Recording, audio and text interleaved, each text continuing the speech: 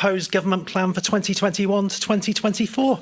A very good evening to you. My name is Gary Burgess. Thank you to Carl for last night. You've got me tonight and Carl back tomorrow night. And this evening is all about rebalancing the finances, because we've spoken a lot this week about what is in the government plan. This is essentially how they'll be spending your money and my money to improve our lives over the course of the next 4 years. But how are they going to do that in a time of COVID, in a time of all bets are off? Forecasts are suddenly, well, perhaps wild guesstimates that will bear no relevance to the truth over the course of the next 4 years. Where is the money going to come from? We'll be talking about that tonight. A chance for you to put your questions as well. Get in touch using Slido. Just Google Slido, S-L-I-D-O. On there, if you enter the hashtag GovPlan2021, you can add your questions. They will appear on my screen here, and I will put them to the ministers. I will introduce my panel in just a moment. First of all, let's start off with a word from the Treasury Minister about what the government plan is all about. One of the key priorities of the Government Plan 2021 to 2024 is the rebalancing of our public finances. The cost pressures of the health emergency and economic crisis, combined with the anticipated falls in government revenues, will mean unprecedented financial deficits in 2020 and 2021. However, we are not going to be increasing taxes or make large reductions in spending. Instead, we are going to run a deficit in the short term and aim to balance our budgets by 2024. It is our view that in these uncertain times, we should not plug our financial hole by making damaging cuts to expenditure or by drawing on the strategic reserve. Instead, we are proposing to borrow to fund the cost of the response to the pandemic. This has been made possible by our strong financial position, low debt levels, and a high credit rating at the beginning of this crisis. In the longer term, we'll look to restore public finances and rebuild the Stabilisation Fund, on which we needed to draw to help finance our emergency response to the pandemic.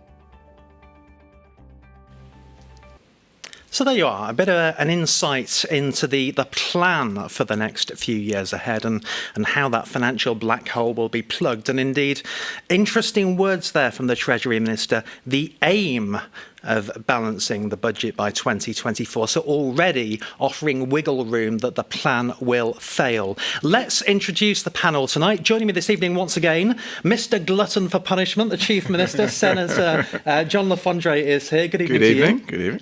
Good to see you back. You've just seen her on the video. The Treasury and Resources Minister is Deputy Susie Pennell. Good evening. Good evening. And our External Relations Minister and Assistant Treasury Minister still? That's just correct, checking Gary, everyone's still in the right place. Senator Ian Gorse, good evening to you. Our panel is here. Questions to come, as I say. Please keep them coming through on Slido. Before I get into the meat of tonight, if I don't address this now, I think it will sit there as the elephant in the room, Chief Minister. The news story of the afternoon. Well, we've got cohorts from schools, hundreds of school children stuck at home. Their parents and guardians self-isolating as well as part of the contact tracing process. The government confirming what has been circulating on social media of a party, of an event. We understand at a hospitality venue. A quick scratch of social media will confirm the venue. I appreciate you're probably not going to name it. 35 new cases of coronavirus reported in the figures today. This is bad. So we know and we're aware, as you've alluded to, that there is a cluster of cases. It's not all of the 35, I hasten to add, but it is a large chunk of that we've determined to date of cases originating from a single event in the hospitality sector, private event we believe held last week. It is being very thoroughly investigated and very firmly from the point of view to check whether or not all the public health measures were being followed by those who were there. And let's be really clear, is if the guidance was not being followed, then that was completely inappropriate and I think mild, being exceptionally mild about the thing. I'm more than extremely disappointed in what has occurred. And that's where we go out to the call for all islanders again to act responsibly, to please adhere to the rules, as just as we can see, one event like this can have a significant impact on our statistics. Now, we believe that we've, again, through the fact that we've got really good contact tracing, really good testing, we can do it quickly. I think today I was told the average is down to about 7 hours. Yeah. It's that sort of territory. The fact we can get this early means that hopefully we can isolate that cluster, and again, we're managing the risk. But it all comes down to that point of us all being vigilant, of acting responsibly, if we really want to ensure that we're going to avoid a lockdown in the run-up to Christmas. And fairly obviously, if the guidelines weren't followed, we also need to determine that first before we work out what happens next. But we need to get to the facts. But very clearly, it would have been a completely inappropriate way to act if they were not adhering to the guidelines. It is patently obvious from some of the inquiries I've made today there were more than 20 people there. That's, I think, what we've got to determine. Well, I mean, I'm just telling you. So if that proves to be the case, that's the caveat. I accept you've got to caveat your words, and there is due process. If there were more than 20 people there, an establishment allowed that to happen, and the participants allowed that to happen, there are consequences that come out of that. Tell me about what those consequences should be. I think I've got to be slightly careful because, as we've seen in the past, there have been other establishments who have clearly breached laws, and that's led to fines and those type of measures being taken place.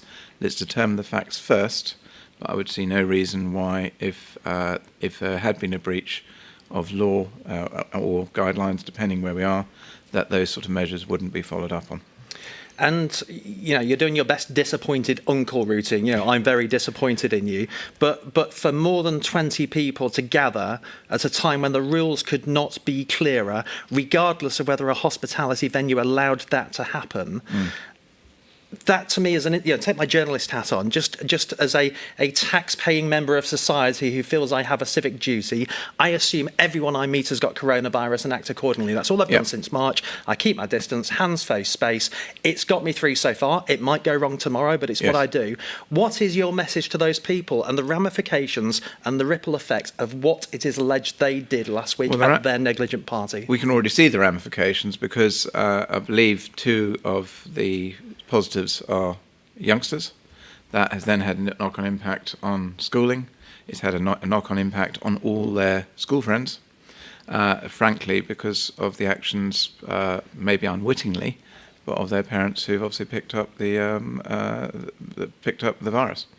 And that's where you get to, actually, it's incumbent on all of us, and it's actually incumbent. I mean, my kids do it to me from time to time. Don't forget X, nag your parents. So not only do parents nag their children and make sure they know where they're going, in the past, actually, as we know, we've had some instances where it's been at the older age of youngsters having parties. So the parents should be taking that responsibility. Where you're going, how many people is it, what's the event, usual sort of stuff that comes with parenting.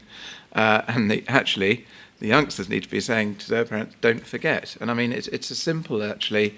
Even in the last 2 days, I've had a couple of people coming up to say hello and wanted to shake hands. And it's instinctive because we're human, and actually we've had a very good summer, so people have relaxed.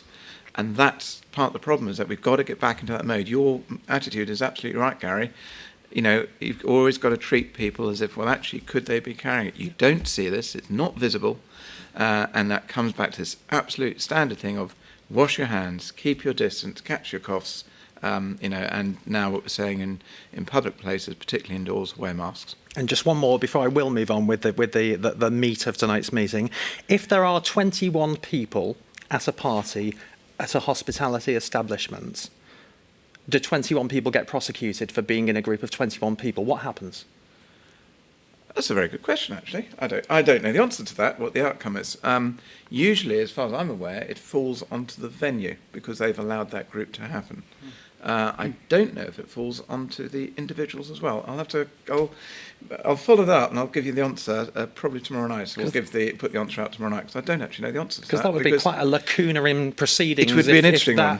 Is that these ignorant, stupid, perhaps unintentionally malicious people get away scot-free?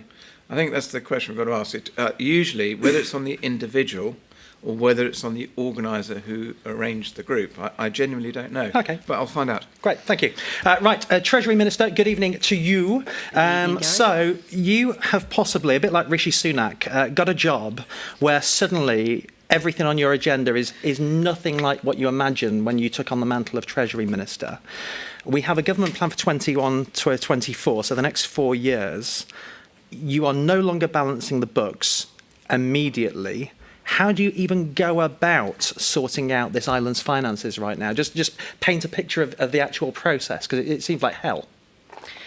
It's not easy, but then it was never going to be easy with the start of this. I think, first of all, we've got to say that Jersey is very fortunate to be in a remarkably good financial position, and I don't mean that to sound in any way complacent, because we're not. However, we do have reserves, as the public will know. We've got the strategic reserve, which stands now at about 890 million, the Social Security Reserve Fund, which is at 1.9 billion. And so there are the reserves in the background, which gives us the security to be able to borrow.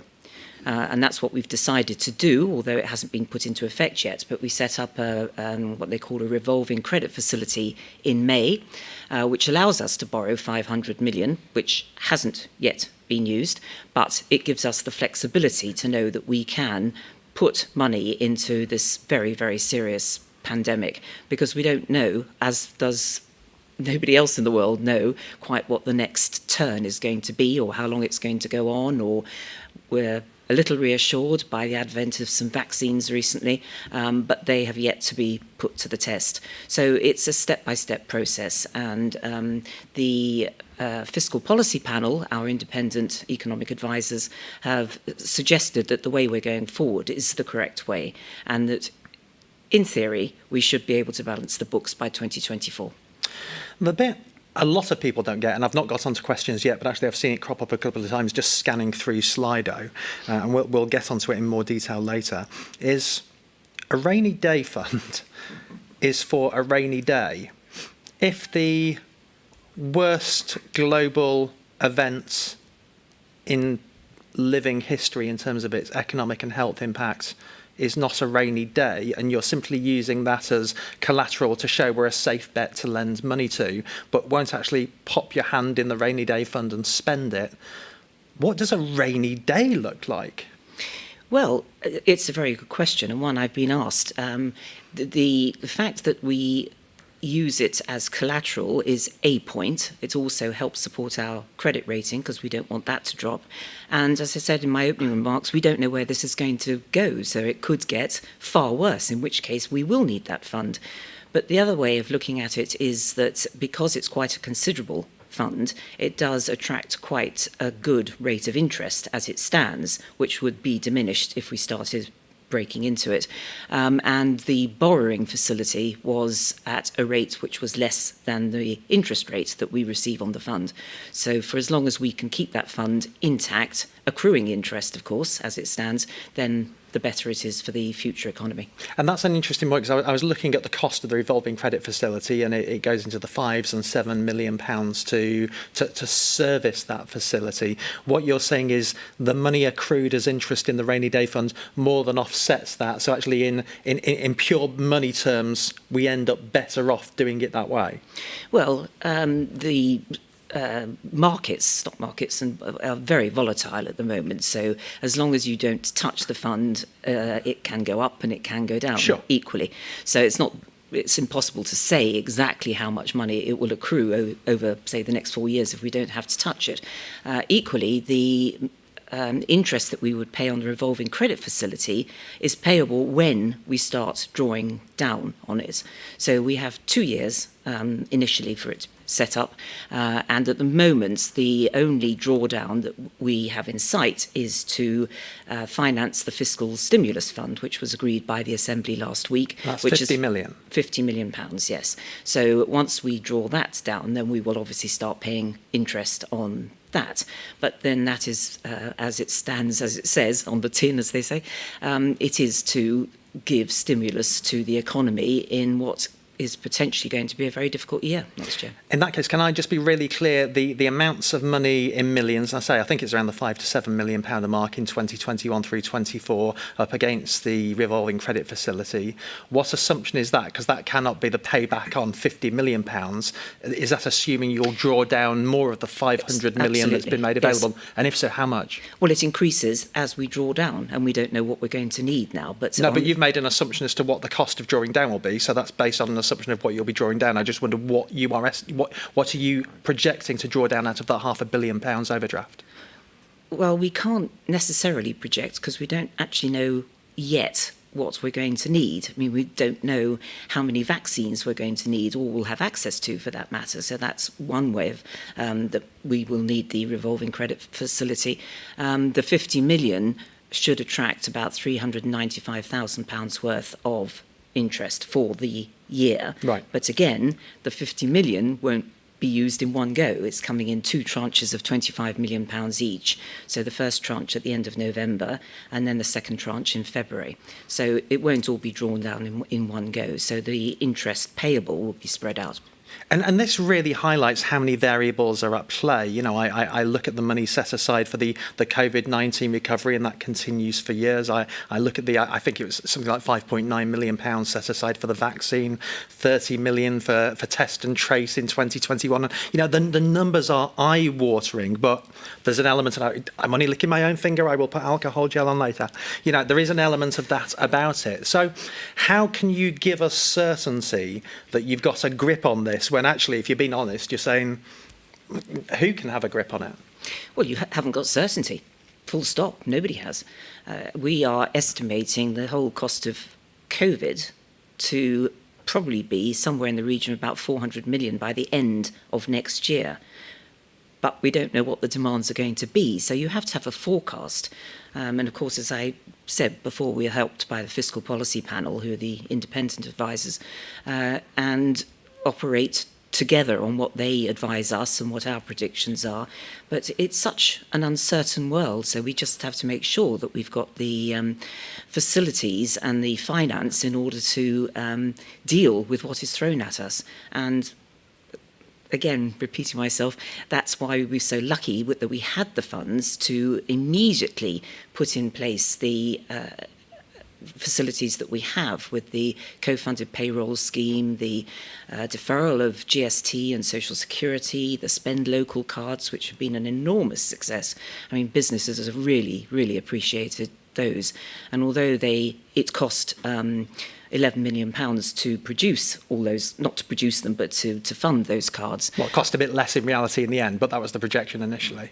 Well, the effect on the economy was about 10.2 million pounds put back into the economy. So it was a very effective way. And I think people would have heard on the news that Northern Ireland have been in touch to follow suit on the idea. So it's been very popular, as has the co-funded payroll scheme, which has kept a lot of businesses going where they might otherwise have folded completely. Last night in the public meeting, I wasn't here, but I was watching because I'm that sort of person. The Chief Minister, amongst other things, alluded, and I know you've done it a few times, Senator Lafondre, that we reserve the right to repeat this spend local scheme. And last night you said maybe it could be more targeted at perhaps sectors that would benefit most, and I tweeted that out, and I said, for example, hospitality, obviously not anywhere with parties of more than 20 people right now. Don't spend a penny with them because they don't deserve your money.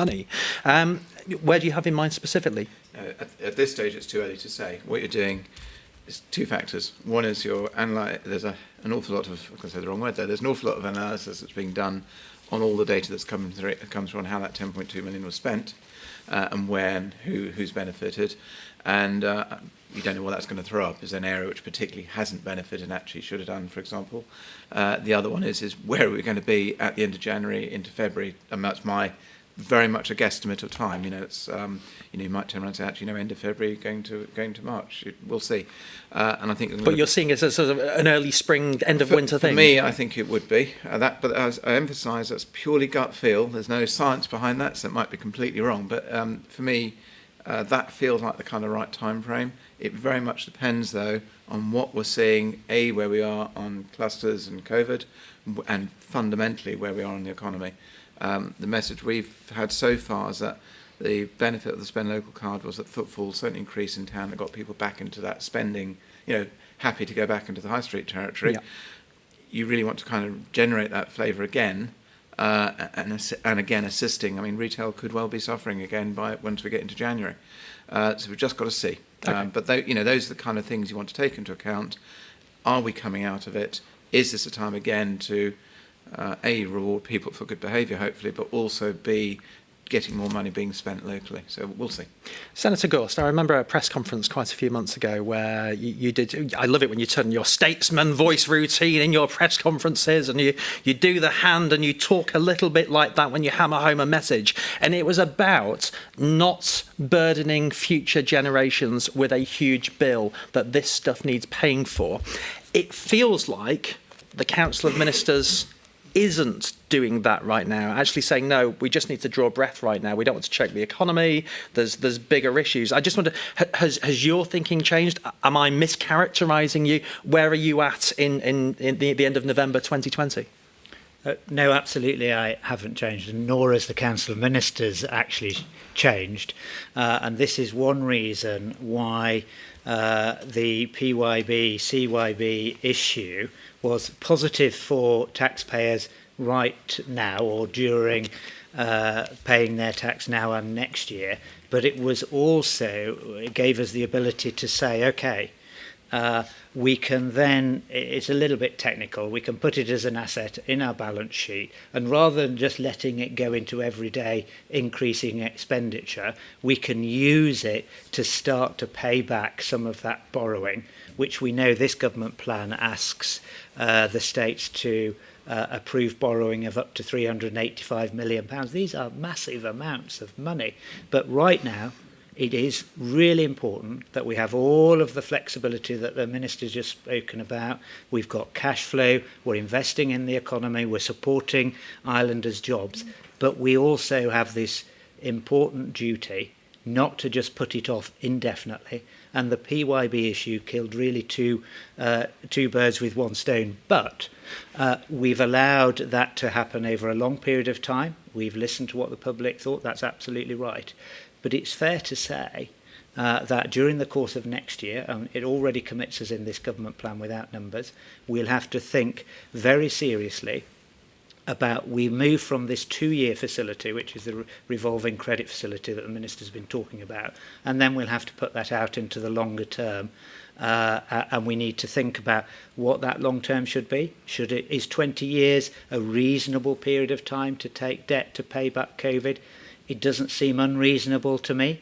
There might be some arguments that say 10 or 15, but it's got to be somewhere around there, which is obviously a much shorter period than when you're doing a capital project like the hospital, where you'd be looking at 40 years. So you're trying to spread out the costs, not pass it on to future generations. And I would say that anybody standing for election in 2022 is going to have a credible debt reduction and repayment plan as part of their manifesto. And anybody that doesn't do that, doesn't take this issue seriously, I'm not sure they're really going to be a credible candidate in that election.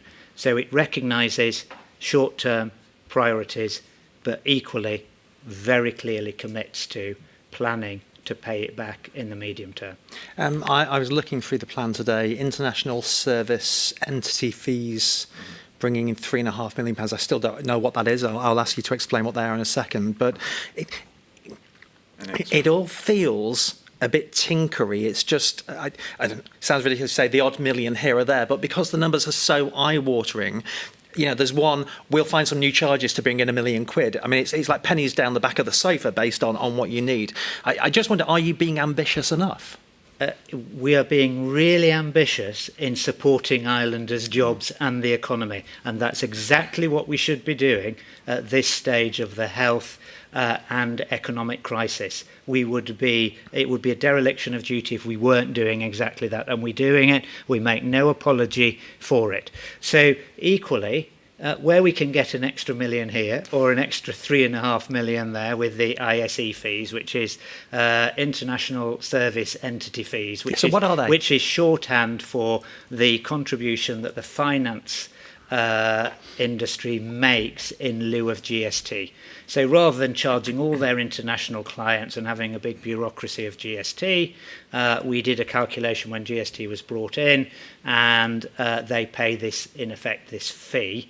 And what we've done is gone out to finance industry. The Minister and I, we consulted with them and said, look, we want you to pay your bit right now towards the reduction in income that we've got. And after a bit of toing and froing, they said, yeah, we recognise we've got to start increasing our contribution, and they've done that for this £3.5 million. But there are other things in there that we haven't put monetary values in. Just to pause on that point. I will go through the shopping list. So the finance industry, the powerhouse of the economy, the biggest provider of GVA, contributes an additional piddling £3.5 million. What kind of negotiator are you? No.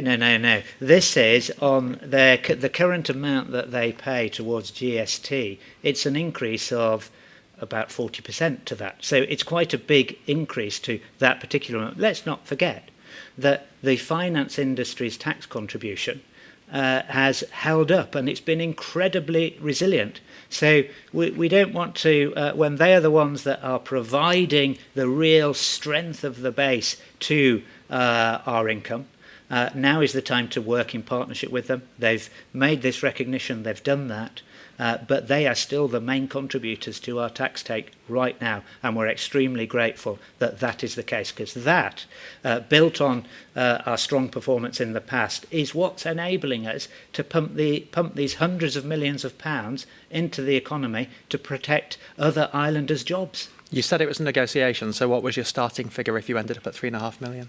It was £3.5 million. All right, well done. Okay, the rest of the shopping list then, you're about to go on to some other things. You're looking at taxing growing cannabis. You're looking at broadening the corporate base somehow. Just fill in some of the blanks for me. Well, cannabis, it's a shame Senator Farnham isn't here because he knows about all things cannabis. I'm known as a bit of a sceptic, but I'm doing my part in changing the necessarily legislation that falls under financial services. There is an opportunity. I think there's an opportunity for growing of cannabis here, and if you look at some of the numbers, there could be quite a big contribution there. But equally, there's a wider opportunity around funds that are investing in cannabis where it's legal in their country to do so, and that's the law that I'm in the process of changing. So that could be quite big numbers. I think we think it could be anywhere up to £10 million, but it could be considerably greater. So just to be clear on that, this is just early stage stuff. For example, cannabis is, say, legal in California. There's a fund that they want to invest for some business. They use Jersey for some kind of financial vehicle or structure, and then you make money out of taxing that vehicle and structure that could bring in an extra 10 million, or that the fund would be 10 million? No, so there's two different things there. Currently, the money, direct income that we're looking at producing is from growing on island. So you see those people getting their licences and all that's going on. Now, I meant on the finance side that you were talking about. So on the finance side, we haven't put any money on what that will, any number on what that will be, because it's early stage. But it's exactly that. So if it's legal over there, but they want to raise funds from somewhere else in the world, come and use a Jersey structure, and we obviously get value out of writing the structure, administering the structure, providing services to that structure, and that's where we would get our tax from in that regard. Redefining green finance. Yeah. Okay. Right, let's get on to... But green finance is only one little bit of the future. The work that we're doing through JFL on ESG stuff. Hang on, sorry, 3 minutes. Right, we just need to start. I've had enough with CYB, PYB. All of JFL, that investment for Jersey Finance. JFL is Jersey Finance Limited. ESG, I always get it muddled up. It's environmental, it's either social and green, or it's basically... Good finance. It's good finance. Right, yeah. okay, and the work that we're doing there and the ability to attract those products is got the opportunity to exponentially grow. Sorry for trying to do jargon busting, but I lose track at times. Let's get on to some questions then. Phil says, why don't we have a simple tax system, such as a fixed tax-free amount, 20% income tax, no upper tax limit on the 20% level? I guess immediately from an administrative perspective, that means you can probably finally have a tax system that works, because that sounds simple. Treasury Minister, just a simple tax system, is that something as a direction of travel you instinctively like or you don't like? I don't think there's any such thing as a simple tax system. We're trying very, very hard to simplify the very complicated tax system that we have at the moment. Last year, we managed to move from a 35-year-old computer system, which in technology terms is considerably ancient, and update all of that, which was quite complicated because it needs a lot more training. It's not just the system itself, a lot more training for the staff. And this year we have, the Assembly have agreed to move from prior year basis tax to current year basis. That's been on the agenda for at least 12 years to be done. These things take a huge amount of time because changing a tax system is incredibly complicated. The communications around it is incredibly complicated, and it's a move that's been made, it was going to be made next year anyway, and it was brought forward because of the COVID situation. Was it? When was the decision actually made? Oh, about May, I think. So it was, because that at the time felt like, I mean, handy, convenient, but no, enough people were telling me the tax office was in an absolute shambles. This New Zealand retrofitted off-the-shelf software that didn't work and finally got to work was causing a disaster. Staff going off sick, staff leaving the department, an absolute crisis inside tax. And the CYB to PYB was really done for that, was actually to just say, for goodness sake, let's just sort this once and for all. And then COVID hit, and you go, actually, it's quite nice. It wasn't done for that reason. We would not, if the situation you describe had happened, yes, there was a lot of change with the introduction of the new computer system. After 35 years on an old system, there's going to be. There was quite a few changes in the staffing of the tax system, largely because a lot of people were due to retire. So there was a combination of things, but it certainly wasn't in crisis. And had it been in crisis, we would not have introduced such a massive change as PYB to CYB. It was brought forward for exactly that reason, because people, in a lot of cases, will have very sadly earned a lot less in 2020 if they still have a job. And so to pay then a prior year basis when they were earning considerably more would have been very, very difficult for a lot of people. So that's why it was brought forward. It's worth making the point, actually. So the PYB-CYB work was flagged up in the previous government plan. If you look in the back sections, there were some pieces of work that we were going to do. And now, that's my point, is you were claiming it's because of COVID. You were already going to do it. That's my point. Yes, we were going to do it. We just brought it forward. It's been brought forward. Okay. Yep. Okay. Another question, I'll put this to you, Chief Minister. No name on it. Please put names on questions and then I'll give you a name check. Seeing as house prices are rising like crazy, why can't the states introduce a form of capital gains tax on these profits? I suppose there's two factors there. One is how you deal with the supply side. We've kind of covered that in other sessions, so I won't go down there too much. Capital gains tax is something, somebody just commented on having complex tax systems. I would suggest that perhaps Jersey's system, although not necessarily the easiest, is actually relatively basic compared to an awful lot of other places. And historically, and it sounds a weird thing to say, there are various efficient ways of tax systems.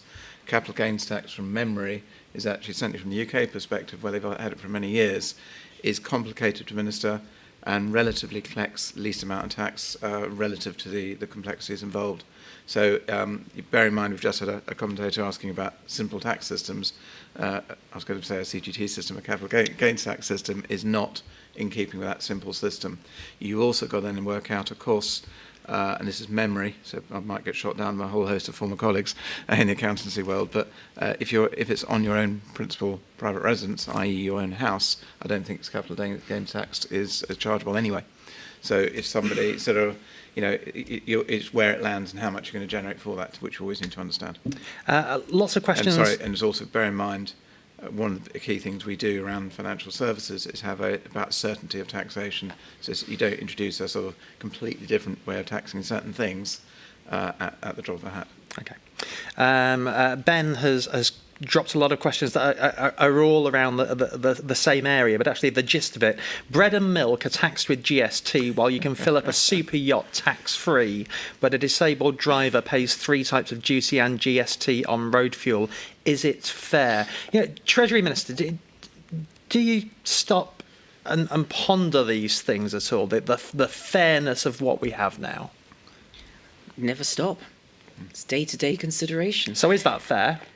Depends what Gazillionaire, super yacht, tax-free fuel, Mrs. Miggins going down the shop to get her bread and milk, GST. Well, it wouldn't be necessarily just a super yacht. It's all boats have tax-free fuel. But the point remains.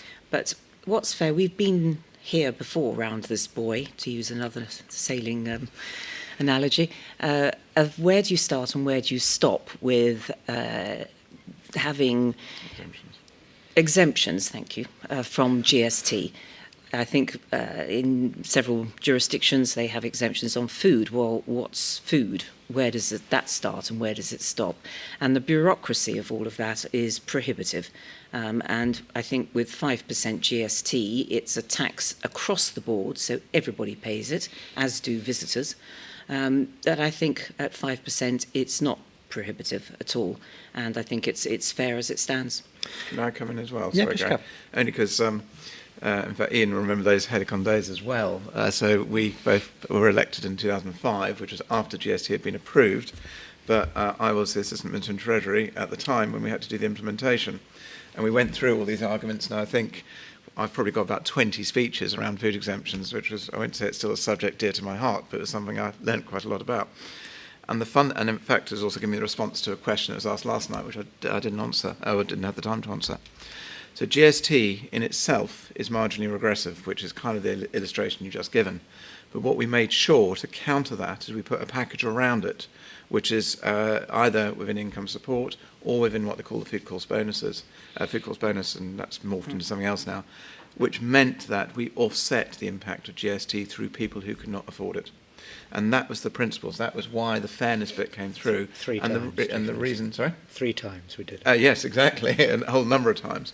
And the reason we went down that line was to try and goes back to that point, simplicity. So, and we came down however many arguments you had around, is a Jaffa cake a cake or a biscuit? We are a separate jurisdiction. We have separate legal processes. Do you really want a case when some weird, I don't know, a Jersey Wonder or something, which isn't catered for under the UK VAT rules, has to go through a court case to determine how it's treated? It got absolutely ridiculous. So we said, get rid of that bureaucracy, put the money into the people. So we increased the bonus, we increased the income support, the disregards and things like that, to make sure that the money that would have been spent on food exemptions actually went in to people instead. And that system maintains. Occasionally we need to top it up from time to time, and we were prodded actually last year, conscience as a reminder type of thing, which was absolutely right actually.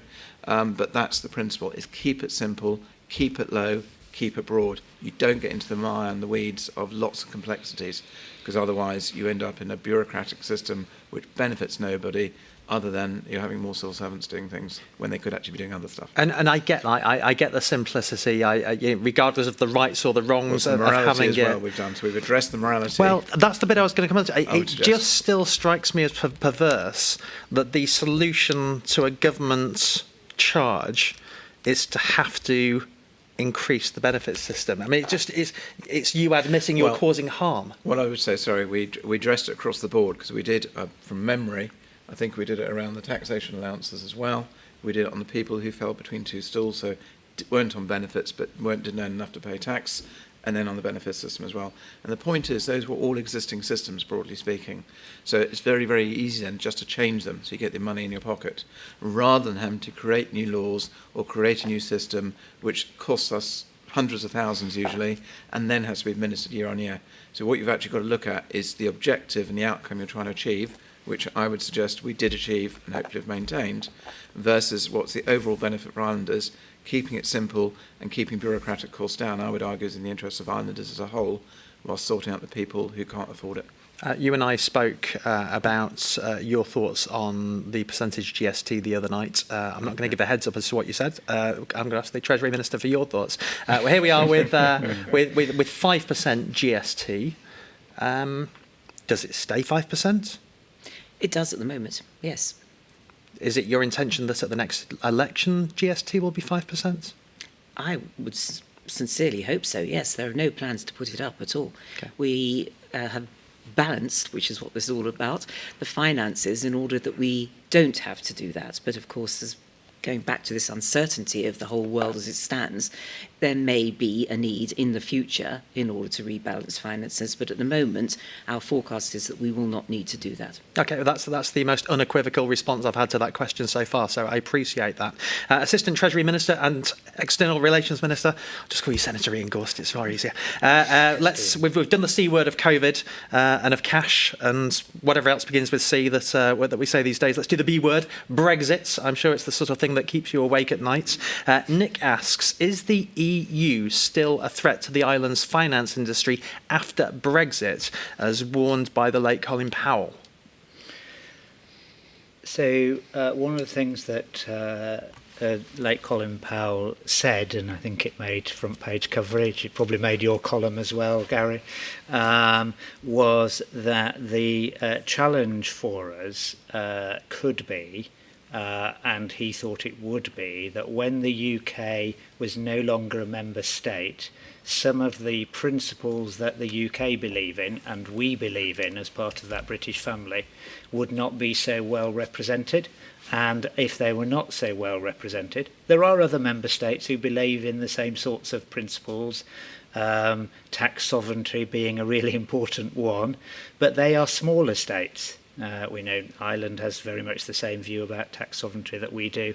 Some of the Eastern European countries do as well. But it's that balance of power that when you take the UK out of the European Union, the challenges that we face from Brussels are only going to increase.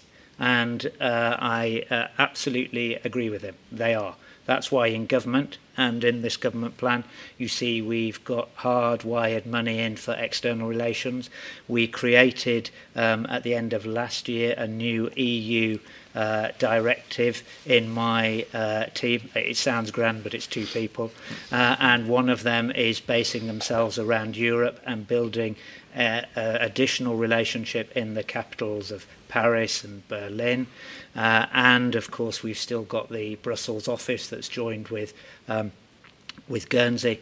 So it is absolutely going to be a challenge, but it's not just a challenge that's coming from Brussels. These are also challenges that are coming from the OECD. We don't fear them. We engage with them. We try to look into the future, and we prepare ourselves and make appropriate commitments and changes where we think it's necessary. And how does this really work? Is it about influence? And also, is it about you tipping the wink and nodding and saying the right things and, oh yeah, public beneficial ownership register, that's yeah, we're definitely going to do that. Is it tickling the OECD and the EU's tummy, making all the right noises and keeping their gob shut effectively? Is that what this is really about? How does it actually work? It's about diplomacy. I mean, you could describe diplomacy like that, Gary. I'm sure I'd be great at it. I wouldn't describe my day job like that. But it's a lot about building relationships. It's a lot about understanding what the person that you're talking to is actually thinking, where they see international standards developing, trying to get to understand what Brussels is thinking about various issues, knowing from past experience the manoeuvres that these international organisations and Brussels have made. So trying to get 2 or 3 steps ahead, making sure that we can respond appropriately in a way that protects Islanders' jobs. Does Angela Merkel know who you are? I wouldn't have thought so. So I'm just trying to work out where you sit. Are you on Emmanuel Macron's radar, or are you operating with junior assistant Treasury Minister for paperclips? Where does Jersey sit in the rankings? Yeah, I don't think they have junior Treasury Ministers for paperclips, Gary, although it's a nice idea. Of course,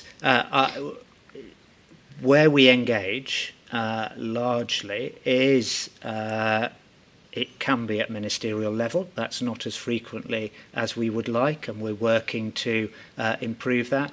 but we engage at permanent rep level in Brussels. So I will meet every time I go the French, or more or less every time, the French permanent rep. All of that information gets fed back up to the capital, and then we know from briefings that then might be given to the ambassador in London or the ambassador somewhere else in the world that our messages are being relayed and communicated. So and you do see it go full circle? And that's diplomacy. Okay. And we are answering questions, dealing with issues and concerns as they arise. But occasionally, two governments will disagree on something, and then we have to deal with that as well. I think it's worth making the point as well. If you look again from when we started in 2005 to where we are now, in terms of the development of Jersey's international profile, in terms of external relations didn't even exist at that point, thinking about it. No, It was Freddie Cohen who I think started that kind of process,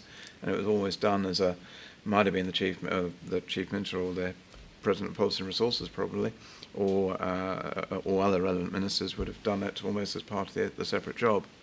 And you now look, we've also got the London office, we've got the Brussels office, we've also got the office in Caen, and then that is about developing all the various contacts that Jersey has. We obviously belong, it even goes down to the point you belong to the Commonwealth Parliamentary Association, the French staff, British Irish side, British Irish Council, all the various bodies that we meet build up a relationship, and sometimes it's how you participate in those, and you're building on years and years of work to get that kind of profile together. And that is then when you sometimes go out to the various conferences, you wonder why on earth they're going to that. Well, it's not necessarily the subject of the conference, it's about the networking and the talking that you go for. It's the FaceTime with the people there. The meeting might be for X, but actually you can have a quiet word in the corridor. And that's what you're trying to do. It's to gain that kind of build that relationship and explain to people what Jersey's about. And so by the London office, they do a huge amount, for example, with the embassies and the ambassadors that are based in London. And that's what we're doing. And do they have Ferrero Rocher? Not in my experience, Gary. Great, no. just good to know. I've always wondered. What's your worst fear about the 1st of January 2021? If there is no deal, what changes? We wake up that morning and what? We know very little changes on the 1st of January. It's public holiday for a start. COVID, ironically, means that people aren't travelling in the way that they would normally have been. We might have expected more bureaucracy for those who normally would have been travelling. But what does change is that checks at the borders entering Europe, we know will be more bureaucratic, they will be more difficult. You won't have this freedom and right to remain. Obviously, not every island has had that anyway. That won't be there. There is the potential for supply chain disruption for goods coming from Europe into the UK, albeit we've worked really well for them to cross the bit of water back to us from Portsmouth, so we don't expect disruption there unless there's bad weather. But there's other knock-on effects that might affect us. It's not the short term, it's the longer term relationship that we will have to manage in a way that actually the UK helped us manage and managed on our behalf previously. We will have to do a lot more of that ourselves. Because we've heard in the past with the UK about the passporting for financial services and financial transactions, and given whether people like it or not, this island's economy hangs on the finance industry. If the finance industry gets a cold, the economy gets the flu. It's that kind of distinction as to how big it is. Will all that go on? Are you satisfied that the finance industry can continue in 2021 doing the stuff it does across jurisdictions as per now, or is that still a known unknown? No, it will happen as per now. We've been third country for services. That's included financial services, and that will continue. But we still have to continue to make the case that what we do here actually is a financial benefit to Europe It allows cross-border cash flows. It allows funds to invest positively into Europe, collecting funds from around the world. So that case will have to be made more, and we'll have to put more effort into it, but the provision of services will remain the same.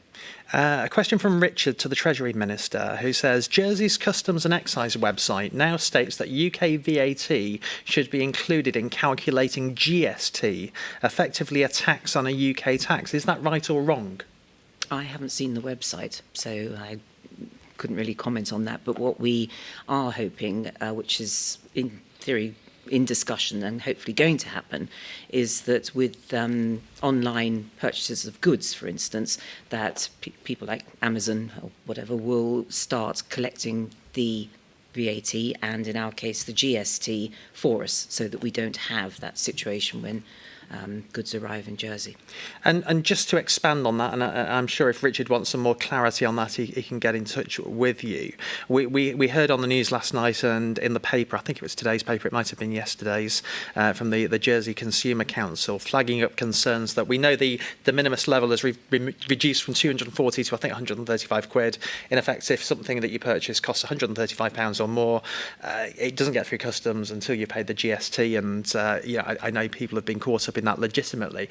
I think what people hadn't realised is if I buy a £20 book and a £40 scented candle, I don't, and various other things that add up to 136 quid, I even buy them on different days, and inside Amazon, they're actually from marketplace sellers, so they're not even all Amazon.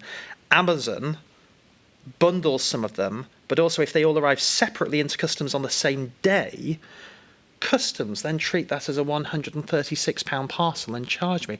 That just doesn't pass the sniff test of fair play, Minister. No, and it, as you say, was broadcast yesterday in the media. This has happened before when the de minimis level was £240, so it's not new that goods arriving at the same time from the same supplier on the same day would be amalgamated. So you've known it for a while it's a problem and done nothing about it? Not by customs. They might it might be the couriers that bring them all together. Sure. So it's not something that's deliberate, put it that way. I mean, customs would not do that deliberately at all. But if they all arrive on the same boat, for instance, for want of a better description, then they arrive from the same supplier on the same day. No, I know, but my point is, customs then add them up and decide to charge me. That just doesn't smell right. Well, if they arrive on the same day, how are customs supposed to know that the person who ordered them did them 3 days apart? Well, if the courier in UK, for instance, not here, puts them all on the same lorry to go to the same boat. But they're different parcels. Yeah, but if they're from the same supplier and arrive on the same day for the same customer, then how are customs supposed to know that they weren't all ordered at once? Okay. Rather than go around in circles on that point, what do I then do about it? My Christmas presents are currently impounded. They're not really. My Christmas presents notionally are impounded in customs. I ordered them separately. They're currently being held hostage by the government, wanting to tax me something that I don't have to pay. The only way to release them from kidnap is to pay a tax that I shouldn't have to pay. What's the solution? Order them weeks apart. I mean, that's a joke of a system. That's ridiculous, isn't it? Well, it's not a joke of a system. It's the fact that I think it's probably come to light largely because people are ordering a lot more online because we're approaching Christmas. Yeah. And it is just the way that it happens that they all arrive at the same time. So I can't use common sense and just send the emails of my orders to show they were done on different days, and they go, oh yeah, well done, you've shown that they're on different days. There's a small island here, we use our common sense, here's your parcels. You're saying, well, of course, ordering them on different days doesn't necessarily mean they'll be dispatched on different days. Oh, for goodness sake. So it's now about the dispatch day, not the order day. It could be anything, as I've said. It could be the dispatch, the courier, the transport to Jersey. Could be anything that makes them all arrive at the same time. Are you sure you've not considered that your system's tosh? You know, just change the system. You know, the rule is £135 or more attracts GST. I'm telling you I did not spend £135 on that product. You're now telling me tough. That's bonkers. Sorry, I know we're drifting off the government plan, but people are asking about it. That is just bonkers. It does not pass the sniff test. I don't think it's. I think the language is a little extreme. It's No, neither but it not is. tosh or bonkers. You are taxing me for something that I'm literally not meant to attract tax for. No, because if you order something that's £40, of course you wouldn't attract tax. Yeah. And if it's all arriving at the same time, that's when it accumulates to over £135, which is not necessarily the fault of anybody. I think turn it around as well, thinking it through. The other argument is somebody buys a suit online, okay, and it comes down, and it's £200 just. They may try and argue, actually, I bought the jacket yesterday and I bought the trousers today, and they're £100 each. If they And bought that- this, but I'm not no, talking about gaming the system. No, but that's why it's set up the way it is, to avoid gaming the system. Okay, but if So I can think- show you I ordered them differently. I think what you've got to do then is we've got dragged down right into the weeds. I know, of an, sorry, of just an 'cause operational this area one I here. know people care So about. I think that's something. Let's go away and just get the guidance out and make sure it's what exactly is happening. So I haven't picked up on that, but mainly because I was in here last night and Yeah. been in meetings all day today. But let's just understand the exact issues that are coming out. Sometimes people's perspectives when they tweet you on there might not match the reality of whatever's happening down the customer side. So let's get some These, in this case, do match the let's reality. get some clarity, and Yeah. then we'll find out what the position is. I just found this an odd one. Sorry to have a go on Okay. it, because it just seems so common sense. If I know I've bought something on Monday, I've bought something on Wednesday, I've bought something on Friday, it's not my fault they all arrive the following Monday. But I No, suspect no, the no. problem there But you're telling me tough. It's but how I the thi- I system suspect works. the problem is that the ways the rules will be set up to avoid the system being gamed, for the example I've just used, maybe are just causing a confusion. And also what's happened is as the de minimis has fallen, then obviously it will pick up on more people. What I would say is don't forget at some point, and it will be beyond our control, which is one of the reasons we started bringing it down, is that de minimis is going at some point. It will be zero.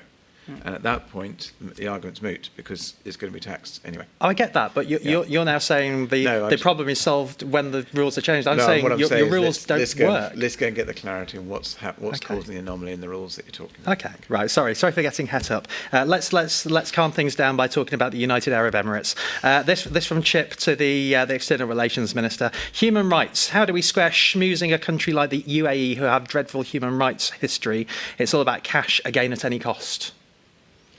Can I just come back to the GST one? The reason that we lowered the de minimis is to try to create a level playing field between local retailers and off-island retailers. And there was always going to be that bit of pain and difficulty when it happened. Because if you went into a shop and bought your 4 items, and the Chief Minister's right, we'll go and have a look at it and see if there's a better way of doing it. But if you went into a shop and bought those 4 items, you'd pay GST at 5% on those. I'm 4 items. evidently So, not making. anyway, I apologise for but not making let's- myself clear. I'm not arguing with the system and the rules. Okay. I'm arguing with the application of the system and rules. It just seems bonkers. That's my point on behalf of other people and on behalf of me as well. So onto the back to UAE. the schmoozing back to the, awful human rights abusers, UAE. Minister.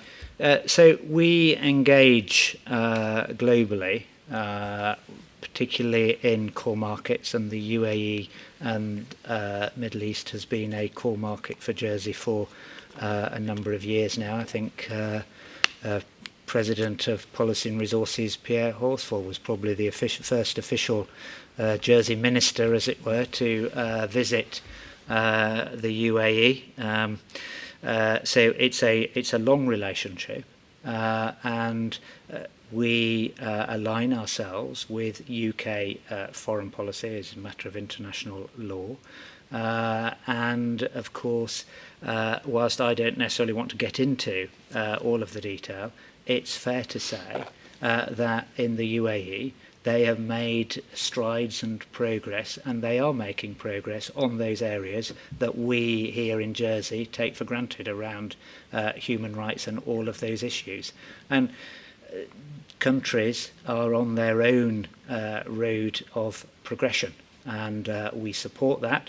Albeit a little bit like you were saying earlier about a junior Treasury Minister looking after, we shouldn't overestimate our influence, but this is, as part of the British family, the influence that the UK has and its relationship, we support that. But I'm assuming we don't raise human rights abuses in our chats because it's not in our interest to do that. Well, you'd be surprised about the open conversations that we have with ministers, with ambassadors, because there are topical issues that come up in conversations. So which country and which minister or ambassador did you last speak to about their human rights abuses? Well, you know I'm not going to answer that question. I've been asked that question in the States and I don't divulge that. Have you ever asked the question? Because that goes absolutely against the aim of having quietly influencing individuals. Have I ever had those conversations? Yes, of course I have. Is there anyone we wouldn't do business with? Yes, there are. These are old relationships that we've continued to build on. And we've got to remember that there is good business, good, appropriate, credible business in all sorts of countries around the world. This is why we have such high regulatory standards here in Jersey, to make sure that we're only doing good, appropriate business. We are a quality jurisdiction. And we are very clear in saying that if you are not meeting the appropriate standards, and it is difficult to open a business in Jersey, it's difficult to open a bank account in Jersey, we think that's a good thing because it shows that we are quality and that we do our appropriate due diligence. If you can't meet those standards, then we don't want your business. Treasury Minister, no name on this one. Why are you not taxing the high-value residents the same as the Jersey working person? If they aren't paying their fair share of tax here, what benefits are they? Well, the second part of that question, I'm sure we will get onto what benefit they are. But in terms of not capping some of those tax thresholds, of not having different tax agreements in place for high-value residents, high-net-worth individuals, your thoughts on that? Why do we do it as we do, and why don't we change that? We have changed it, notably in the last 5 years, in as much as there's a level of tax that they have to pay straight out, if you like, and then on top of that, there's a percentage that they are having to pay. Whereas before, there were all sorts of personal arrangements, one might say, made, which differed hugely. And now that we've got something that's far more across the board and concrete, but of course you can't change the arrangements that were made retrospectively. That would be, well, illegal and unreasonable. So we have changed it because it was deemed not to be fair. And going on to the second part of the question, one has to take into account the huge amount of benefit that the high-value residents provide to the island in the amount of the jobs that they provide for people, the staff they employ. Certainly, most, if not all, are very, very philanthropic, contribute a huge amount to the society, to charities. So there's an enormous benefit that isn't actually just financial. Is there evidence to show that, or is that anecdotal? Oh, I think there's pretty much evidence to show it. Certainly their employment of local people and their contributions to, as I say, to charities, very much so.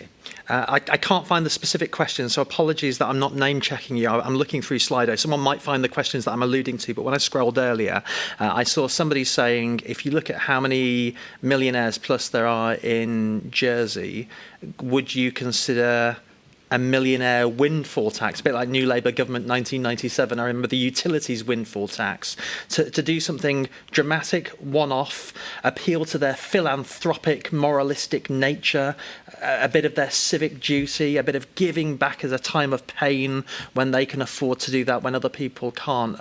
Would you entertain that notion? I think you've got to be very careful with taxation of high-value residents because it's a very competitive market, and especially now where people can live anywhere, largely due to technology, so that people can operate from anywhere in the world. So Jersey's always attracted people because of its stunning features, basically, but that's not necessarily always going to be the case. So you've got to remain competitive in what is a very competitive world. And if one starts taxing out of kilter and out of order or excessively, then we would probably lose the demand for those people to come here. I think it's worth making the point the world doesn't owe us a living. which is kind of the inference from that question, is that you've got to, the whole point about competitive market is exactly the same as, I don't know, when people are making decisions, if you're buying a can of beans, do you go to the high-end, bespoke, whatever it is, or do you go down to your local Tesco, or do you go down to your local corner store? And each one will offer differing types of services and different types of prices and different type of products. And it's exactly the same in the kind of world that we're just talking about. Is it? Well, in other words, to an extent, because... Or is it not just adding an extra 2 pence on a can of baked beans and saying they'll swallow that? No, They like their baked beans. To an extent, they can go to here, they can go to Isle of Man, they can go to Guernsey, they can go to Switzerland, they can go further afield where it's warm and sunny. And some of that ties into where's safe, where can you got good health standards, where have you got good education, but price does come into that at some point. And so it's always that balance between that competitive offer of saying we are, we're quality jurisdiction, so it's not cheap, but equally we're competitive in the wider context with some other places. And so you've got to keep an eye on that, because actually overall you're far better off with the high net worth that you're talking about from a philanthropic point of view. And some of it is people who don't, for all sorts of reasons, could be even from no personal security reasons, don't particularly like high profile, but they will quietly come along in the background and they will support sometimes in all sorts of areas which are of benefit to the island. But is there anything in this government plan, I know the answer to this question, is there anything in this government plan that says you will do an analysis of Guernsey, of the Isle of Man, of BVI, the Cayman Islands, Luxembourg or wherever, to see whether or not we can squeeze them a little bit more but still be very competitive? I think the short answer is we monitor this on a periodic basis. I can't remember the next time we've got a review coming up, but Ian hopefully can remind me. Gary, you can probably remind us that I think it's currently 50,000 is the minimum you have to pay to go to Guernsey under their equivalent type of inward investment scheme. I actually don't know, so I'm not even going to pretend to. But do you monitor this, and how important is it that, do you sort of stay just the right side of everyone else, or where's the sweet spot? You monitor the competitive position. What I was going to say is I think we've said that we wouldn't look at it again because it was reviewed relatively recently. It's about stability as well and certainty. You don't review it again. I can't remember what the time period. 5 years. Yeah. Okay. So Okay. It says, so on that basis, it's monitored every 5 years. And that's when you then adjust. A knock-on and related question, no name on this. Why is it when I earn extra money on overtime, I pay extra social security, but for the wealthiest, it's capped? We see that come up reasonably regularly around budget times about capping of social security contributions. Is that not a fair way to bring some more money in that is not going to send your high net worth individuals running for the hills? I think you find we did move the cap last year. No, I'm saying remove the cap. No, I said we moved the cap. No, I'm saying remove the cap. I know, but you look at these things again in the round. What is the overall benefit you're going to achieve for the competitive position you're holding? But just to be clear, we did move the cap up. In other words, the greater social security is being raised, and we did that last year. But you're right, Gary, that's been talked about a lot, because there are two caps. There's the standard earnings level and the upper earnings limit. And it's been questioned time and time again why we have an upper earnings limit at all. So it's certainly not something that's being ignored. It's being discussed. And I think, because I appreciate you can't put absolute pounds, shillings and pence on these questions right now, and you also can't announce, you can if you want, but you can't announce new policy in the middle of a public meeting that's going out on Facebook and YouTube and Twitter, but feel free. Just in sort of mood music terms, Treasury Minister, when you talk about, the upper earnings limit is being looked at, for example, if that was to increase by the same percentages as inflation each year, I don't know, just something that it's pegged to as we can see how that is going to increase, not just in the percentage amount, but actually the financial figure that the upper threshold sits at. Would you look at something like that as part of your plans in the coming years? Yes, we did look at it when I was Minister for Social Security, actually, as to what the benefit financially would be if we removed the upper earnings limit cap altogether, not just extending it. And it was surprisingly low. because I think the perception was that if it were removed and people were paying in at that very, well, whatever level, higher, and it was, I can't remember now, this was 3 or 4 years ago, but much, much lower than anybody had anticipated. In terms of how much more it brings in? In terms of how much more it brings in. So then why yes. not do it if it doesn't cause much harm? Because Well, actually every little bit helps, No, doesn't but it? then you're in the territory of the increase on those individuals who are already, by the nature of where that cap is, significant contributors. Earners. Does that, again, it comes back to the overall position of what they assess. And you've got to look in the wider context, but as Susie's saying, it's that if it's not going to raise very much for the pain it might generate, you've always got to keep that kind of competitive principle in the back of your mind, even though it might be tempting not to. We've got to night 4 where I've not fallen for a comedy name, and I expect not to be caught out tonight. So good evening to Hugh Jass, see what you did there, who asks, could you survive on the minimum wage? If not, why do you expect so many of your constituents to do it? Why not a living wage? Senator Gus, I'll come to you for this one. I'll work my way down the panel just to get your thoughts on this, because it's not specific to your ministries. I mean, it's partly pegged to your philosophies, perhaps in some cases your religion as well. Could you survive on the minimum wage? Why not a living wage? Your thoughts on that as a question and an issue of our time? I think it is really difficult to survive on the minimum wage. I'm a great supporter of the living wage, and when Caritas first started thinking about a Jersey living wage and using the methodology that they did, I fundamentally supported that for the inference there. There are many of us who would really struggle now in our family situations, the way we've ordered our lives, the amount of salary we've been used to living on. It would be impossible for us to do that, and we recognise that as we come out of the COVID, there is an opportunity. And if I use the word the Great Reset, all the conspiracy theorists will be out on social media. But actually it can be a very positive thing. The Great Reset, about when we're thinking about where new jobs can be created, we can support those businesses that struggle to pay greater wages to get to that stage over time, support jobs where they are paying a living wage and above a living wage. I think it's something that we can really aim for, and I see a commitment right across the community for this sort of new economy in a way that I've never seen before, and some of that is for the very reason inferred in this question. So if you sense an appetite for it, if you sense support for it, and you like it, why not do it? We are, as an employer, already doing it. That was one of the things that the last government did, made sure that within all pay grades, the very minimum was at the living wage. So as an employer, we are doing it.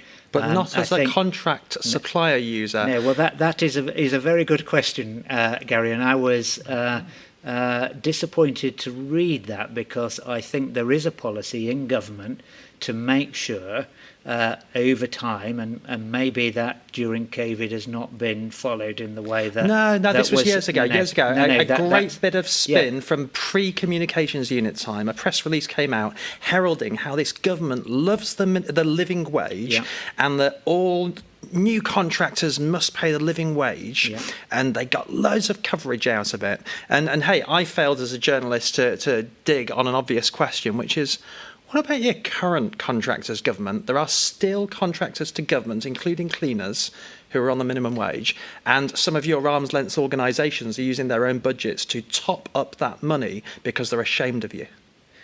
Well, they ought to be, because we should be paying and living by the commitment that we made as a government. The point is that we said that we would be a living wage employer, and we changed and made sure that our rates were living wage rates. We did say it would take some time to make sure that all of the contractors were paying living wage.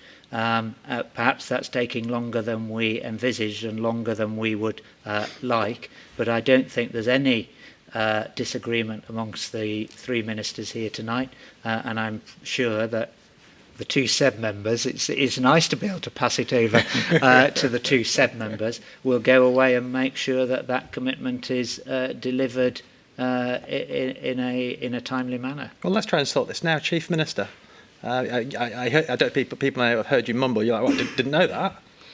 Well, I was thinking it through, so I haven't seen the article you're referring to, the comment when Ian said he'd read it.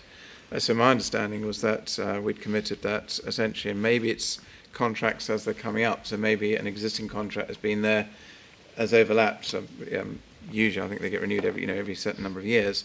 If there's one that's been on the tail end of it, that may be an anomaly that's come through. So again, I'm happy to take that away and find out. Certainly, as far as I was concerned, I'm in Ian's territory that we'd committed to that must be any new contracts then. Yeah, I'm talking about a legacy contract that's still in play. Maybe that's busy what it is. hoovering the corridors, earning the minimum wage. Just doesn't smell right, does it? I think we've got to find out about that because, yeah, I agree. It may well be exactly whereas legacy contract, a contract is a contract. So when does it come up for a change? What I will say, just say, going back onto the main topic as well.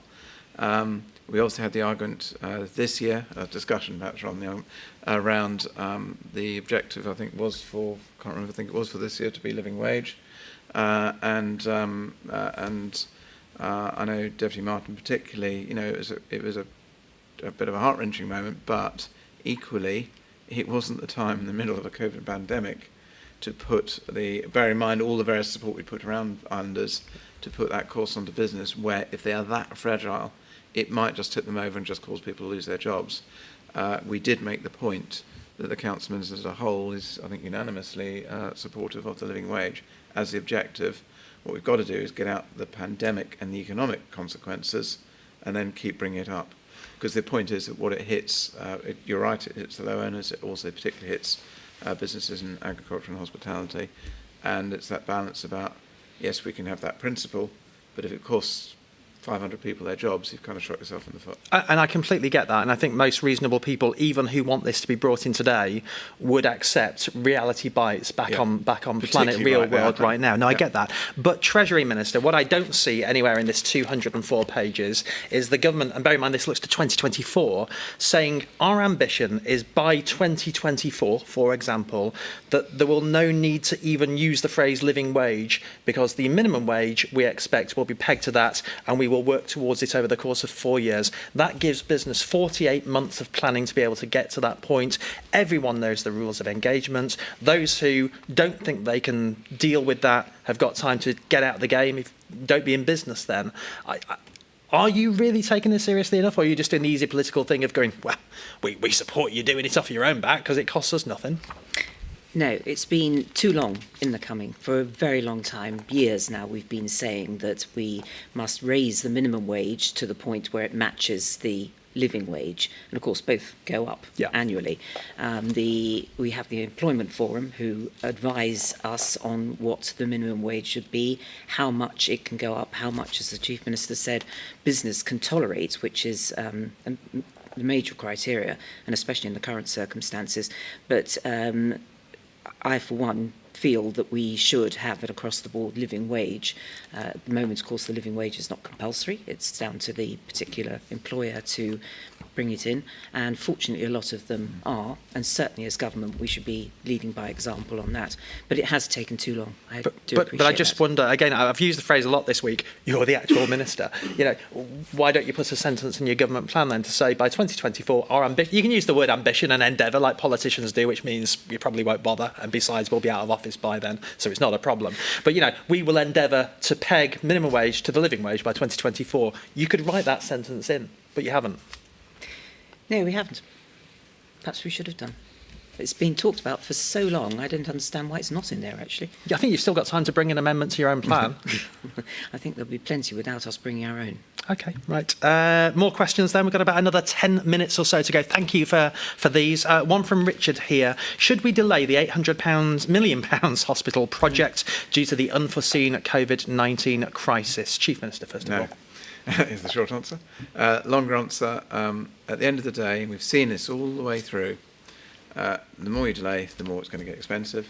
The reason you need a new hospital is because, essentially, of the predicted future state of the existing one. you will end up spending a lot more money on the existing hospital, and still have to replace it at some point in the future. You can have a cash flow argument around it, which is, do we spend the money now? But ultimately, and this is the big dilemma we've had it all around the infrastructure and the investment side of things.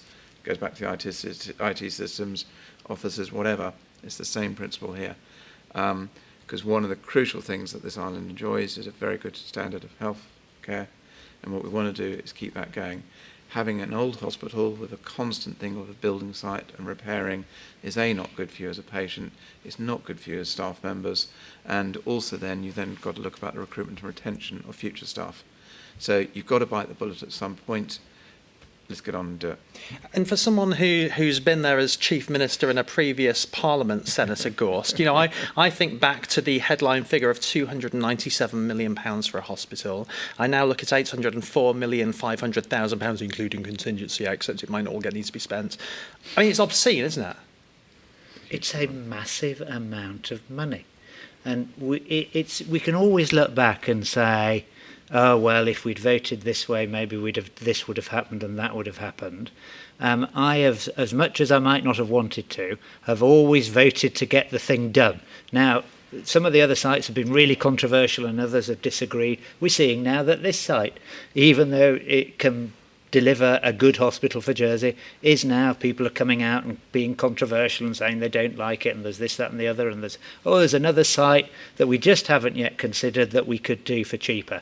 The point is, every day that we delay, and I do not like £800 million, let's be clear, I would much have rather have spent 500 million 5 years ago, but I can't go back. We are here. Every day that we delay and we don't get this done is another tens of thousands, 160,000, tens of thousands of pounds. And every year we don't get it delivered is several more £1 million.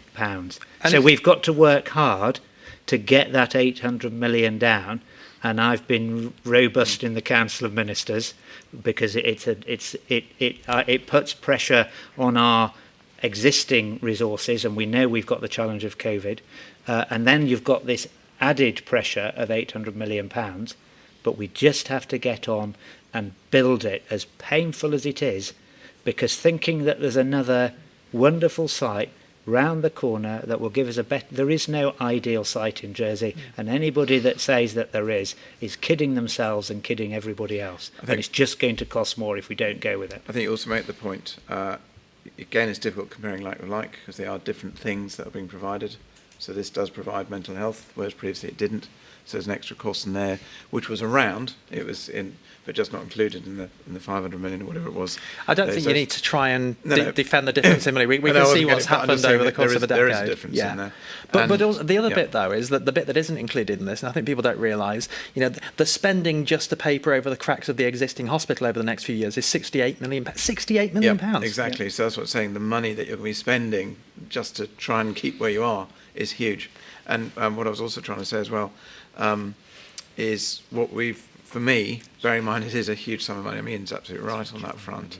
You've got to make sure that how we fund it and how we repay it then makes it affordable, because it's exactly the equivalent of anybody that's not getting to house prices but trying to buy a house. It's that lump sum up front, but you spread it over your lifetime, essentially. And one of the things we've been very clear on, it is referenced in here, is that for any debt, and that particularly to keep an eye on the hospital, we've not got capital receipts in the plan. We've got, if we can identify any further savings, if the income forecasts are better than, if the actual income is better than the income forecasts, all those are extra money, if you like, in the pot. And what we're going to do is we're putting some rules around that which says actually that goes to clearing future debt. So that's basically one of the ways we're going to be paying for the future. We can fund it anyway. This is about speeding up and accelerating clearing that debt that we'll take on the. And that's something I was going to follow up as my next question to the Treasury Minister. £800 million. How are we going to pay for it? Well, as we said in the last debate over the hospital, the previous one, however many years ago that was, it seems to have been going on for an eternity, that we would have to borrow the money over a 30 or 40-year term in the form probably of a bond. There's a lot of questions over that you're saddling the younger generation with a debt, but actually it's the younger generation that will be using it as much as anybody else. And that's the only way we can possibly get to the stage where we can afford it to go ahead. And it's likely to be, as I understand it, up to another year before we understand the financial envelope and exactly what that structure will be. Well, we've got to agree the site which we have, then we have to do the sort of deep digging, not physically but financially, as to what that envelope will be, and then we can go ahead and secure a bond. And that's, going back to one of the first questions, is another very, very good reason to keep the reserves that we have, because securing a bond will not be easy in the current circumstances anyway, but certainly with that sort of collateral, we will be able to do that. Okay, I'm going through some quick-fire questions in the course of our last 5 minutes. One from James. I'll send this to Senator Gust. Let's just work down at random. Why can't we legalise and tax the recreational use of cannabis like many parts of America who've raised a fortune? Minister for Spliffs. I'm sure there are some of my colleagues in the States that would like to. I don't name names. I don't know. I personally don't agree with it. I think the programme of work that Senator Farnham has got around growing medicinal cannabis and getting those oils out of it, the programme of work that we've got in financial services is sufficient, and I'm prepared to back those. I just don't agree with the legalisation, but that's a personal view. A question from PPW. There is a potential threat to rebalancing the finances through both security and cyber crime. Why is Jersey considering a 5G contract with the Chinese? Treasury Minister. Well, there's always going to be cybercrime, and it's trying to keep ahead of it. I mean, the minute one crack, if you like, has been identified, then you move on to the next one. So in dealing with the Chinese, we are changing gradually our partners with Jersey Telecoms, with ZTE, I think they are at the moment. We're moving, because the UK are changing as well, so we will be moving along with the UK, but I can't give a time frame for that. Okay. So it's the reverse. We're not. Yeah. We're not, Okay, yeah, exactly. There you go, right, okay, Yeah. fine. Anonymous, Chief Minister, I'll give you this. Sorry, not Anonymous, Chief Minister, from Anonymous, comma, Chief Minister, comma. Hospitality as well. What innovative new measures will be introduced to stimulate the economy? We've been told the island has a panel of economic experts to suggest these ideas. I know you set up this the Minister set up an economic council that's due to report, I think, in December. What innovative ideas are you hearing they're going to come up with? I'm not going to Preempt. thank you. Preempt the work of the Economic Council. You can show a bit of skirt. Just tease us a little bit. No, I wouldn't do that. That's just, I'd like to keep you hanging on to the edge of your seat in bated breath. But, I mean, don't forget. But is it looking innovative, or is it just more of the same? Well, I think the point is is, there anything that's made you go, "Ooh, that's You look at the interesting." strengths of Jersey. We know we've got huge expertise in financial services, but you also got huge expertise in the digital world, and we can see where that's changing. So I would have thought it wouldn't take a great deal of, guessing to say that's going to be one of the recommendations going to be coming through. But it's also going to be looking at what are our strengths, and then how do you use that going forward? And it may not be just one ambition, because you can pick out on one path, and for whatever reason something comes along and changes it. You're looking for a direction of travel, if you like, a constellation of stars that you're aiming for, and hopefully one or two of them will bear fruit. Okay, let's see if we can just get through a quick fire round down the line one more time. James asks, are locally owned buy-to-letters destroying the property ladder chances of young people by sponging up the supplies? Senator Gust. Sorry, I was looking at the question there that had my name. There's probably a different one on that screen. Yes, just read the question. Are locally owned buy-to-letters destroying the property ladder chances for young people by sponging up the supplies? I don't think they are, no. I think we're looking forward to whatever work the Housing Policy Development Board is going to bring forward. To my mind, supply is absolutely critical, and I know that's controversial, but I do think we need to revisit the idea of state-owned sites. We need to revisit the idea of brownfield sites. We're going to have to deal with some of the issues around glasshouse sites, all controversial, but that's the way we're going to fundamentally disrupt the housing market and get the price down, as well as new approaches to build. One from Jenny. Why charge tax, duty, GST on eco products, electric boilers, solar panels, electric vehicles, etc.? The States wants to be carbon neutral by 2030. Is that just talk? It's a big, ambitious project to be carbon neutral by 2030. We hope we'll achieve it. We're trying our best to do so with the incorporation of now solar panels and quite how we manage the electric car system, because obviously being a small condensed space where you put that many chargers, I know the UK government have come up with an ambitious plan for that, but that is the intention. But whether we can actually achieve it, it's quite a big ask. But in terms of the taxes that some of these products attract, I appreciate if you take the tax off, you've got to find money from somewhere else. But is it on your mind, on your radar, to incentivise some of this transition through taxation, as in reducing taxation on some of these products and services? Well, again, as we mentioned before, if you start making exemptions for GST, then where do you start and where do you stop? What is a climate-orientated product? It's very difficult to decide that any more than it is whether bread or milk should be removed. So it's constantly being looked at, it is, but it's a difficult question as to where you start and where you stop. And you're exempting, for the sake of argument, an electric Range Rover or, I don't know, Daimler or something, being stupid about it, which will incur goodness knows how much of GST, but probably because of the purchase level, the purchase price anyway, the buyers probably aren't too affected by the GST. And you might be just better off actually doing a grant system, which is effectively, is income adjusted effectively. I won't say means tested, but you're aware of what the models are that you're going for.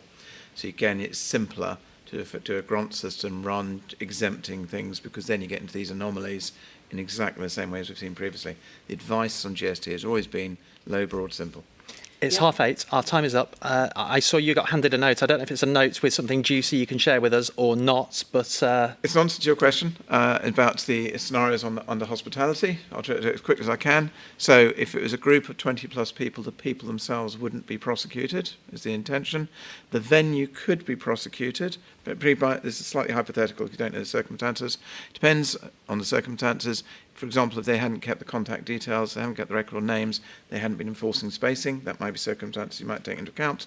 A group of 20 people could be prosecuted if, and I think it's dependent on when the law is actually in place, if during an event they failed to disperse when requested to do so.